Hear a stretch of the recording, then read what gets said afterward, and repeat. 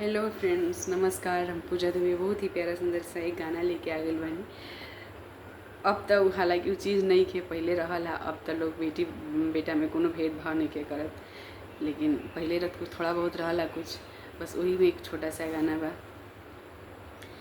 काहे कैलाई बाबूजी दुरंगी नीतिया हो, दुरंगी नीतिया।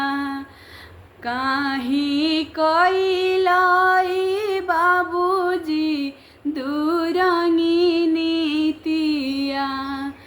बबुआ की भैला में माई को लगवला। बबुआ की भैला में पाटी करवला।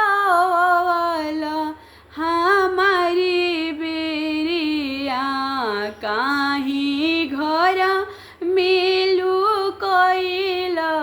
हमारी बेरिया काहे कैला ए बाबूजी हमारी बेरिया। बबुआ के खेले के खिलावाना ले आइला। बबुआ के खेले के खिलावाना ले आइला।